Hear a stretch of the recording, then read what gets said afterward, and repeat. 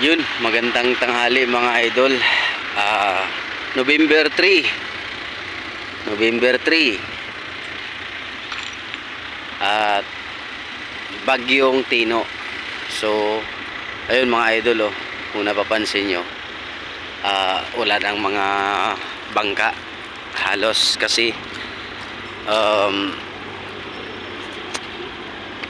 tumago na po yung ibang mga boat. Yun, kaya malinis po dito. Yun mga idol, malinis po ngayon. Konti na lang yung bumabiyahe papuntang Boracay, back and forth, konti na lang dahil po sa bagyo. Yun, pag normal po kasi dito yan pumipila lahat ng mga boat tapos doon, pero ngayon wala na, nasipagtaguan na mga idol. So yun, may hihintayin tayong last departure ngayon, and then uwi ako sa bahay para